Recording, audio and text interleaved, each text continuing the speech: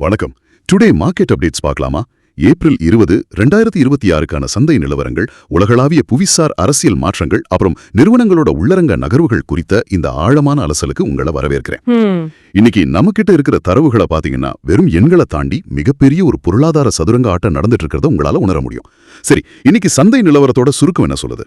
இன்னைக்கு சந்தையோட மேலோட்டமான எண்களை நீங்க பாத்தீங்கன்னா எல்லாம் ரொம்ப அமைதியா முடிஞ்சது போல ஒரு பிம்பம் தோன்றும். அதாவது நிப்டி வெறும் 11.30 புள்ளிகள் மட்டுமே உயர்ந்து 24,364.85 அப்படிங்கிற நிலையில முடிவடைஞ்சிருக்கு. ஓகே. அதே போல பேங்க் நிப்டியும் பெரிய மாற்றம் இல்லாம 16 புள்ளிகள் உயர்ந்து முடிஞ்சிருக்கு. சென்செக்ஸ் வெறும் 27 புள்ளிகள் தான் உயர்ந்திருக்கு. ஆனா இந்த எண்களை பார்த்துட்டு சந்தை இன்னைக்கு ஓய்வெடுக்குது அப்படின்னு நீங்க நினைச்சீங்கன்னா அது ரொம்ப பெரிய பிழை. கண்டிப்பா. ஏன்னா இந்த எண்களுக்கு கீழே ஒரு மிகப்பெரிய கொந்தளிப்பு நடந்துட்டு இருக்கு. Okay, let's unpack this. அந்த உள்ளரங்க கொந்தளிப்பு எங்க இருக்கு அப்படிங்கறத சந்தையோட பரப்ப, அதாவது மார்க்கெட் பிரெத் கவனிச்சா நமக்கு நல்லாவே புரியுது. ஆமா, நிப்டி இன்னைக்கு பச்சை நிறத்துல, அதாவது ஏற்றத்துல முடிவடைஞ்சிருந்தாலும் இன்னைக்கு சந்தையில சரிவடைந்த பங்குகளோட எண்ணிக்கை பாத்தீங்கன்னா 2043. லாபமடைந்த பங்குகள் வெறும் 1261 மட்டும்தான். கரெக்ட். நிப்டி ஏரியும் ஏன் இத்தனை பங்குகள் அடிவாங்குது? நெக்ஸ்ட் நிப்டி 67 புள்ளிகள் உயர்ந்தாலும் ஸ்மால் கேப் 100 குறியீடு 78 புள்ளிகள் வீழ்ச்சி அடைஞ்சிருக்கு. மிட் கேப் குறியீடும் 107 புள்ளிகள் சரிஞ்சிருக்கு. இது என்ன வகையான முரண்பாடு? இப்போ இத மிக எளிதா நீங்க புரிஞ்சுக்கணும் அப்படின்னா, நம்ம சந்தைய ஒரு பெரிய சரக்கு ரயிலோட ஒப்பிட்டு பாருங்க. அந்த ரயிலுக்கு முன்னாடி இருக்கிற 2 அல்லது 3 இன்ஜின்கள் மட்டும் முழு பலத்தோட ரயிலா முன்னோக்கி இழுக்குது. ஓ, அந்த இன்ஜின்கள் எது? அந்த இன்ஜின்கள்லாம் energy, oil and gas, automobile, அப்புறம் பொதுத்துறை வங்கிகள், PSU பேங்க்ஸ். ஆமா, இன்னைக்கு அவையெல்லாம் நல்ல ஏற்றம் கண்டுச்சு. ஆனா ரயிலுக்கு பின்னாடி உள்ள பெட்டிகளோட பிரேக்குகள் ஜாம் ஆயிடுச்சு. அவைதான் நுகர்வோர் பொருட்கள், IT, கட்டுமானத்துறை, ஃபார்மா, அப்புறம் தனியார் வங்கிகள். இதெல்லாம் கடுமையான சரிவை சந்திச்சிருக்கு. ஆஹா. சொல்ல போனா NSE 50 பங்குகள்லயே 23 பங்குகள் மட்டுமே ஏற்றம், 27 பங்குகள் சரிவு. அதாவது சில பெரிய பங்குகள் மட்டும் குறியீட்டை தாங்கி பிடிச்சிருக்கு. ஆனா ஒட்டுமொத்த சந்தையோட அடித்தளம் இன்னைக்கு ஆட்டங்கண்டிருக்கு. சரி, சந்தையோட அடித்தளம் ஆட்டங்கான்கிறது அப்படின்னா நிறுவனங்களோட அடிப்படை வருவாயில ஏதாவது சிக்கல் இருக்கா? காலாண்டு முடிவுகளை பார்ப்போம்.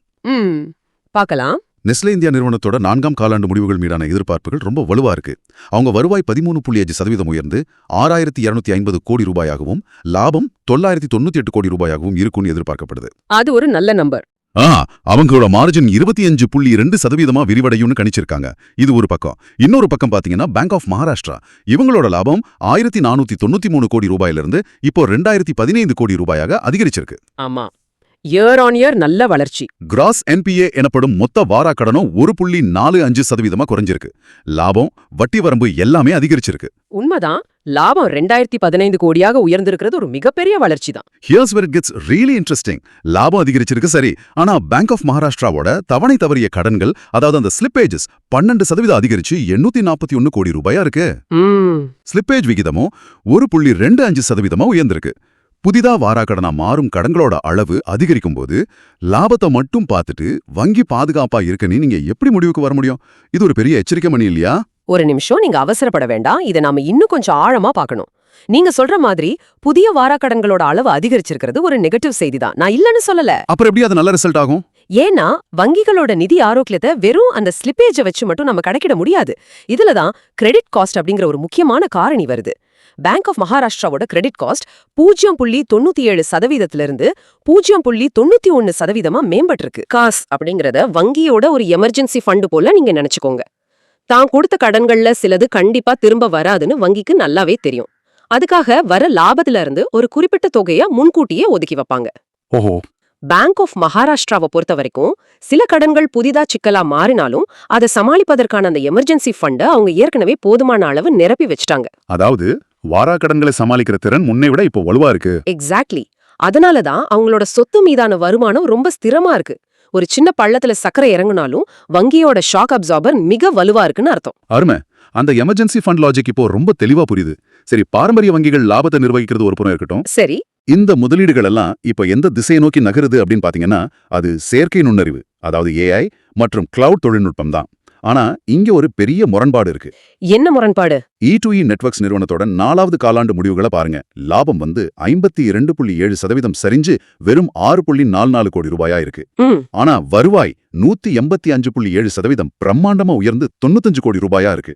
வருவாய் இவ்வளவு உயர்ந்தும் லாபம் ஏன் அதல பாதாளத்துக்கு போகணும்? இதுக்கு முக்கிய காரணம் தேய்மானம் மற்றும் கடன் அடைப்பு, அதாவது டிப்ரிசியேஷன் அண்ட் அமார்டைசேஷன். ஓ, அந்த D&Aவா? ஆமா, E2E நெட்வொர்க்ஸ் நிறுவனம் வந்து கிளவுட் உள்கட்டமைப்புக்காக மிகப்பெரிய அளவுல மூலதன செலவுகளை, அதாவது கேபெக்ஸ் செஞ்சிருக்காங்க. அந்த முதலீட்டோட தேய்மான மதிப்பு மட்டுமே சுமார் 51.35 கோடி ரூபாய். அதாவது ஒரு விவசாயி தன்னோட விளைச்சல்ல வந்த லாபத்தை முழுவதுமா எடுத்து அடுத்த 10 ஆண்டுகளுக்கு தேவையான புதிய நிலங்களையும் நவீன டிராக்டர்களையும் வாங்க செலவிடுறாரு. கரெக்ட், அதேதான். இன்னைக்கு அவர் கையில லாபம்னு காட்ட பணம் இல்ல, ஆனா நாளைக்கு அவர் செய்ய போற அறுவடை பிரம்மாண்டமா இருக்கும். சரிதானே? அதனாலதான் 1:10 அப்படிங்கிற விகிதத்துல பங்கு பிரிப்பையும் முதலீட்டாளர்களை தக்க வைக்க அறிவிச்சிருக்காங்க. மிகச்சரி. நிறுவனங்கள் இன்னைக்கு ஏஐக்காக செய்யற இந்த ராட்சச முதலீடுகள் தற்போதைய லாபத்தை முழுமையா கபலீகாரம் செய்யுது. இதே உத்தியை தான் STL நிறுவனமும் செய்றாங்க. அவங்க அமெரிக்காவுல நியூராலிஸ் அப்படிங்கிற ஒரு AI டேட்டா சென்டர் தீர்வுகளை அறிமுகம் செஞ்சிருக்காங்க. உலகளாவிய AI ரேஸ்ல தங்களை நிலை நிறுத்திக்க அவங்க முதலீடுகளை கொட்டுறாங்க. ஆமா. வாட்ஸ் ஃபேசினேட்டிங் ஹியர் இஸ், நிறுவனங்கள் செய்யற இந்த AI முதலீடுகள் தான் நம்ம தொடக்கத்துல பேசின அந்த வீட்டுக்கடன் வட்டி விகித பிரச்சனைக்கே காரணம். அது எப்படி? ஏஐக்கும் அமெரிக்காவோட வட்டி விகிதத்துக்கும் அதன் மூலம் நம்ம கடன்களுக்கான வட்டிக்கும் என்ன சம்பந்தம்? தொழில்நுட்பம் வேலையை எளிதாக்குனா பொருட்செலவு குறைஞ்சு பணவீக்கம் குறையத்தானே செய்யணும். இப்போ சந்தையில இது குறித்து ஒரு மிகப்பெரிய பொருளாதார விவாதமே நடந்துட்டு இருக்கு. கெவின் வாஷ் மாதிரி பொருளாதார வல்லுநர்கள் நீங்க சொல்றதை தான் சொல்றாங்க. அதாவது AI தொழில்நுட்பத்தால நிறுவனங்களோட உற்பத்தி திறன் அதிகரிக்கும், செலவுகள் குறையும், இதனால பணவீக்கம் குறைஞ்சு மத்திய வங்கிகள் வட்டி விகிதங்களை எளிதா குறைக்கலாம் அப்படின்னு சொல்றாங்க. இது லாஜிக்கா இருக்கு. ஆனா பிரபல ஆய்வாளர் எட் யார்டனி இதுக்கு நேர்மாறான ஒரு விளக்கத்தை தர்றாரு. அதுதான் நியூட்ரல் ரேட் அல்லது வட்டி விகிதத்தோட நடுநிலை அளவு குறித்த விவாதம். ஒரு நிமிஷம், இந்த நியூட்ரல் ரேட் அப்படின்னா என்ன? இப்போ பொருளாதாரத்தை ஒரு கார் அப்படின்னு வச்சுக்குவோம்.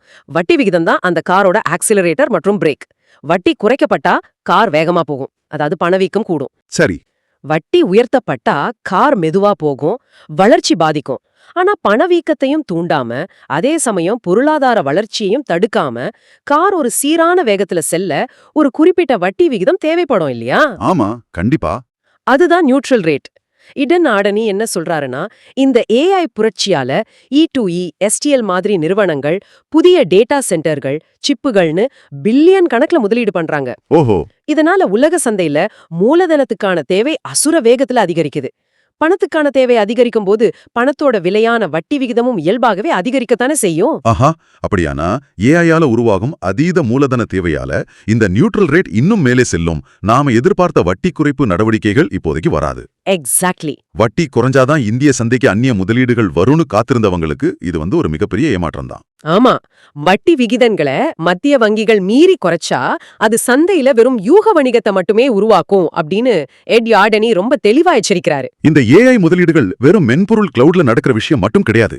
இந்த மென்பொருள்களோட பிரம்மாண்டமான டேட்டா சென்டர்கள் வேணும், செமிகண்டக்டர்கள் வேணும். ஆமா, பௌதிக ரீதியான ஹார்ட்வேர் கட்டமைப்பு ரொம்ப முக்கியம். அதுக்குதான் உலக நாடுகள் இப்போ புதிய கூட்டணிகளை அமைச்சிட்டு வராங்க. தொழில்நுட்ப வளர்ச்சியிலிருந்து நாம புவிசார் அரசியலுக்குள், அதாவது ஜியோபாலிட்டிக்ஸ்க்குள்ள நுழைவதற்கான புள்ளியும் இதுதான். நிச்சயமா ஏஐக்கான வன்பொருள்களை உருவாக்குறது எந்த ஒரு தனிப்பட்ட நாட்டாலையும் முடியாத காரியம். அதனாலதான் இந்தியாவுக்கும் தென்கொரியாவுக்கும் இடையிலான சமீபத்திய கூட்டணி மிக முக்கியத்துவம் பெறுது. தென்கொரிய அதிபர் லீ ஜே மியூங்குடனான சந்திப்புல 2030க்குள்ள $50 பில்லியன் இருதரப்பு வர்த்தக இலக்கு நிர்ணயிக்கப்பட்டிருக்கு.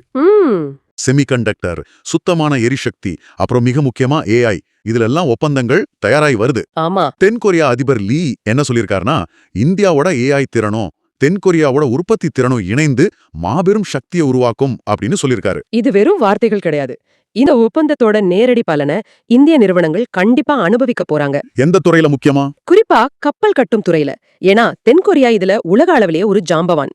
அவங்களோட தொழில்நுட்ப பகிர்வு கிடைக்கும் போது இந்திய பங்குச்சந்தையில உள்ள Mazagon dock, Cochin shipyard, GRSE மாதிரியான நிறுவனங்களோட உற்பத்தி திறனும் சர்வதேச மதிப்பும் பல மடங்கு உயரும். அதே நேரம் இந்த உலகளாவிய வர்த்தகம் சீரா நடக்கணும் அப்படின்னா சர்வதேச கடல் வழிகள் பாதுகாப்பா இருக்கணும். அது ரொம்ப முக்கியம்.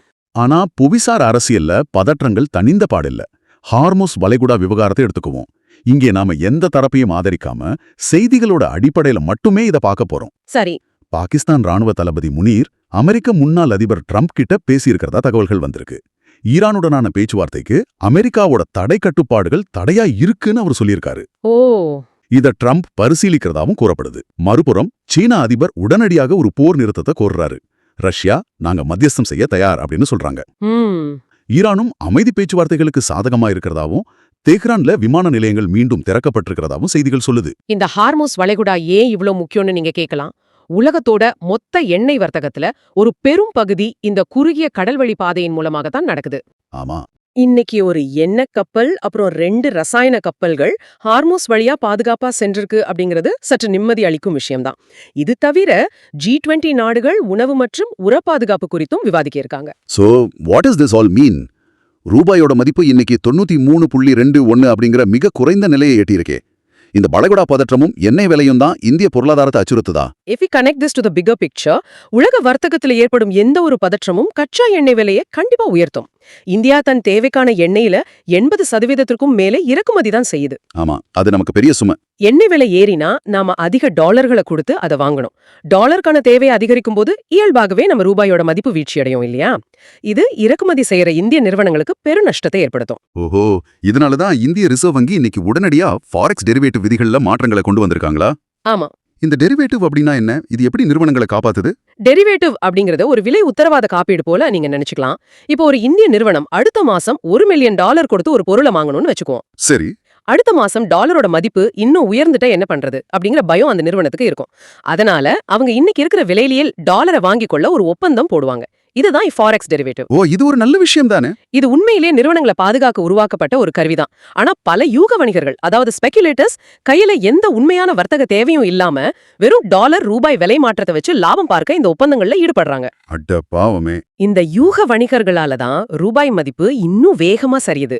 ஓ, அதனால ஆர்பிஐ என்ன செஞ்சிருக்குன்னா, அங்கீகரிக்கப்பட்ட டீலர்கள் புதிய ஒப்பந்தங்களை மேற்கொள்வதற்கு கடுமையான கட்டுப்பாடுகளை விதிச்சிருக்கு. கரெக்ட். ஏற்கனவே உள்ள ஒப்பந்தங்களை ரத்து செய்யவோ அல்லது நீட்டிக்கவோ, அதாவது ரோல் ஓவர் பண்ணவோ மட்டுமே முடியும்னு விதிகளை தீவிரப்படுத்தியிருக்கு. இதன் மூலம் சந்தையில நடக்கிற தேவையில்லாத யூக வணிகத்தை தடுத்து ரூபாயோட வீழ்ச்சியை கட்டுப்படுத்த ஆர்பிஐ நினைக்குது. சரிதானே? மிக துல்லியமான புரிதல். சர்வதேச அளவுல இவ்வளவு பதற்றங்கள் நிலவும் போது ரிசர்வ் வங்கி தனது நாணயத்தை பாதுகாக்க இத்தகைய பாதுகாப்பு அரண்களை உருவாக்குறது ரொம்ப கட்டாயம். சரி, சர்வதேச பதற்றங்கள் ஒருபுறம் இருக்க, நம்ம உள்ளூர் சந்தையில இந்திய நிறுவனங்கள் இந்த நிலையற்ற தன்மையை எப்படி தங்களுக்கு சாதகமா மாத்துறாங்க அப்படிங்கிறது ரொம்ப ஆச்சரியமா இருக்கு. அதுக்கு நிறைய உதாரணங்கள் இருக்கு. தாமஸ் குக் நிறுவனத்தோட ஒரு புதிய அறிவிப்பை எடுத்துக்குவோம். இந்தியாவிலே முதல் முறையா ஐசிஐசி லோம்பார்ட் கூட இணைஞ்சு விசா நிராகரிப்பு காப்பீட்டை, அதாவது விசா ரிஜெக்ஷன் கவர், அவங்க அறிமுகம் செஞ்சிருக்காங்க. இது ஒரு அற்புதமான உளவியல் மற்றும் வியாபார உத்தி. எப்படி சொல்றீங்க? வெளிநாட்டிற்கு சுற்றுலா போறவங்களுக்கு இருக்கிற மிகப்பெரிய பயம் என்னன்னா, ஒருவேளை விசா நிராகரிக்கப்பட்டா தாங்கள் புக் செய்த விமான டிக்கெட் அப்புறம் ஹோட்டல் கட்டணங்கள் எல்லாம் வீணாயிடுமே அப்படிங்கிறது தான். ஆமா, அது ஒரு பெரிய கவலை தான். இந்த பயத்தை அல்லது பதற்றத்தை தாமஸ் குக் நிறுவனம் பணமா மாத்துறாங்க. விசா கிடைக்கலனா ஏற்படும் பண இழப்பை இந்த காப்பீடு ஈடு செய்யும். வாடிக்கையாளர்களோட பயத்தை போக்கி அதை தங்களோட பிரத்யேக சேவையா மாத்திருக்காங்க. சூப்பர். அதே போல நிறுவனங்கள் தங்களோட மதிப்பை உயர்த்திக்குள்ள செய்யற இன்னொரு உத்தி தான் டிமர்ஜர், அதாவது நிறுவனங்களை பிரிக்கிறது. வேதாந்தா நிறுவனத்தை 4 தனித்தனி நிறுவனங்களா பிரிப்பதற்கான அதிகாரப்பூர்வ தேதி May 1, 2026 அப்படின்னு அறிவிக்கப்பட்டிருக்கு. வட்டி விகிதங்கள் அதிகமா இருக்கிற இந்த காலகட்டத்துல இது போன்ற பிரிப்புகளுக்கு பின்னாடி இருக்கிற லாஜிக் என்ன? நிறுவனங்கள் பல தொழில்களை ஒரே கொடையின் கீழ் செய்யும்போது முதலீட்டாளர்களுக்கு அதோட உண்மையான மதிப்பு என்னன்னு புரியறதில்ல. ஓஹோ. அலுமினியம், எண்ணெய், இரும்பு என அனைத்தையும் தனித்தனி நிறுவனங்களா பிரிப்பதன் மூலம் ஒவ்வொரு நிறுவனமும் தங்களுக்கு தேவையான மூலதனத்தை ரொம்ப எளிதா ஈர்க்க முடியும். அது ஒரு நல்ல ஸ்ட்ராட்டஜி. அதானி என்டர்பிரைசஸ் நிறுவனத்திலையும் FII மற்றும் DIIகள், அதாவது அந்நிய மற்றும் உள்நாட்டு முதலீட்டாளர்கள் தொடர்ந்து முதலீடு செஞ்சுட்டு வர்றது இந்த மூலதன ஈர்ப்போட ஒரு பகுதிதான். சிறு மற்றும் நடுத்தர நிறுவனங்களுக்கும் நல்ல ஆர்டர்ஸ் கிடைச்சிட்டு வருது. இன்டராச் பில்டிங் சொல்யூஷன்ஸ்க்கு 80 கோடி ரூபாய் மதிப்பிலான ப்ரீ என்ஜினியர்டு ஸ்டீல் ஆர்டர் கிடைச்சிருக்கு. ரொம்ப நல்லது. அதே போல தாரா ரயில் ப்ராஜெக்ட்ஸ்க்கு ஜோத்பூர்ல மின்சார துணை மின் நிலைய பராமரிப்புக்காக 1.43 கோடி ரூபாய் ஆர்டர் கிடைச்சிருக்கு. இதெல்லாம் சந்தையில நிறுவனங்கள் தொடர்ந்து தங்கள் வியாபாரத்தை விரிவாக்குறதையே காட்டுது. ஆமா, அது பாசிட்டிவ் சைன். ஆனா ஒரு நிமிஷம், IEX, அதாவது இந்தியன் எனர்ஜி எக்ஸ்சேஞ்ச் பங்குகள் மட்டும் ஏன் இன்னைக்கு சரிவை சந்திச்சது? மார்க்கெட் கப்ளிங் விதிமுறைகள் வரப்போகுது அப்படிங்கிற செய்தி அவங்களை ஏன் அவ்வளோ பயமுறுத்துது? இத ஒரு சின்ன உதாரணம் மூலம் சொல்றேன். உங்க ஊர்ல உள்ள விவசாயிகள் கிட்ட காய்கறிகளை மொத்தமா வாங்கி விக்கிற ஒரே ஒரு பெரிய மார்க்கெட் IEX அப்படின்னு வச்சுக்குவோம். சரி. அவங்க வைக்கிறது தான் சட்டம், அவங்க தீர்மானிக்கிறது தான் விலை. ஆனா அரசாங்கம் இப்போ மார்க்கெட் கப்ளிங் அப்படிங்கிற ஒண்ணு கொண்டு வராங்க. அப்படின்னா எல்லா இடத்துலயும் காய்கறிகளோட விலை ஒன்றாகத்தான் இருக்கணும் அப்படின்னு ஒரு மென்பொருள் மூலம் விலையை தீர்மானிக்கிறாங்க. இதனால என்ன ஆகும்? ஓ, ஐஎக்ஸ் நிறுவனத்துக்கு இருந்த அந்த தனி முற்றுரிமை, அதாவது மார்க்கெட் மோனோபோலியே போயிரும், வாடிக்கையாளர்கள் எந்த மார்க்கெட்டுக்கு வேணாலும் போவாங்களே. சரியா சொன்னீங்க. மார்க்கெட் கப்ளிங் அப்படிங்கிறது மின்துறையில மின்சாரத்தோட விலைய அனைத்து எக்ஸ்சேஞ்சுகளிலும் ஒரே சீரா வைப்பதற்கான ஒரு திட்டம் தான். இது வெறும் வரைவு மட்டுமே, இறுதியானது இல்ல அப்படின்னு ஐஎக்ஸ் விளக்கம் அளிச்சாலும் தங்களோட ஏகபோக உரிமை பறி போயிடுமோ அப்படிங்கிற முதலீட்டாளர்களோட பயமே பங்கோட சரிவுக்கு காரணம். எரிசக்தி துறையில இன்னொரு பாசிட்டிவான செய்தி என்னன்னா, ஆயில் இந்தியா நிறுவனம் நுமாலிகர் சுத்திகரிப்பு நிலையத்தோட ஒரு ஒப்பந்தம் செஞ்சிருக்காங்க. 2040க்குள்ள நெட் ஜீரோ கார்பன் உமிழ்வு அப்படிங்கிற இலக்காடைய புதுப்பிக்கத்தக்க எரிசக்தி திட்டங்களுக்காக இந்த ஒப்பந்தம் போடப்பட்டிருக்கு. அது ரொம்ப அவசியமான ஒரு முன்னெடுப்பு. ஆமா. இந்த இடத்துல ஒரு துயரமான செய்தியும் நாம கனத்த இதயத்தோட பதிவு செய்யணும். உதம்பூர்ல நடந்த பேருந்து விபத்துல 15 பேர் பரிதாபமா உயிரிழந்திருக்காங்க. இந்த விபத்துல பலியானவங்களோட குடும்பத்துக்கு பிரதமர் தலா 2 லட்சம் ரூபாய் நிவாரணம் அறிவிச்சிருக்காரு. பாதிக்கப்பட்ட அந்த குடும்பங்களுக்கு நம்ம ஆழ்ந்த இரங்கல்களை தெரிவிச்சுக்குவோம். ஆமா, மிகவும் மனதை உலுக்கும் செய்தி இது. கண்டிப்பா. நம்மளோட இன்றைய அலசலோட இறுதி பகுதிக்கு நம்ம வந்துட்டோம். சந்தையோட பல தரவுகளை இன்னைக்கு நம்ம பார்த்தோம். ஆனா விடை பெறும் முன் நீங்க தொடர்ந்து சிந்திக்க ஒரு புதிய கோணத்தை நான் முன்வைக்க விரும்புறேன். சொல்லுங்க. நாம இன்னைக்கு விவாதித்த தரவுகளை ஒன்றுடன் ஒன்று இணைச்சு பாருங்க. ஒரு புறம் E2E, STL மாதிரி நிறுவனங்கள் ஏஐக்காக பில்லியன் கணக்குல முதலீடு பண்றாங்க. ஆமா. இதற்காக தேவைப்படும் செமிகண்டக்டர்கள் மற்றும் கிரிட்டிக்கல் மினரல்ஸ்க்காக இந்தியா தென்கொரியாவோட பிரம்மாண்டமான ஒப்பந்தம் போடுறாங்க. அதே நேரத்துல ஹார்முஸ் வளைகுடாவுல எண்ணெய் வர்த்தக சிக்கல் நீடிக்குது. வருங்காலத்துல உலக பொருளாதாரத்தோட சக்கரம் எண்ணெய் அப்படிங்கிற எரிபொருளை நம்பி இயங்குறதுல இருந்து முழுவதுமா டேட்டா மற்றும் செமிகண்டக்டர்களை மட்டுமே நம்பி இயங்கும் ஒரு மாபெரும் புவிசார அரசியல் மாற்றத்தோட தொடக்க புள்ளியில நாம இன்னைக்கு நிற்கிறோமா? சிந்திச்சு பாருங்க. வியக்க வைக்கும் ஒரு கேள்வி. ஒரு காலத்துல எண்ணெய்க்காக நடந்த புவிசார அரசியல் சதுரங்க ஆட்டம் இனி டேட்டா சென்டர்களுக்காகவும் சிலிகான் சிப்ஸ்களுக்காகவும் நடக்க போகுது அப்படிங்கறத இன்றைய நகர்வுகள் ரொம்ப அழுத்தமா உணர்த்துது. இந்த ஆழமான சிந்தனையோட இன்றைய தேடலை நாம முடிச்சுக்குவோம். வாழ்க வாழ்முடன். இன்னொரு தரப்பில் முக்கிய மார்க்கெட் அப்டேட்ஸோட சந்திக்கலாம்.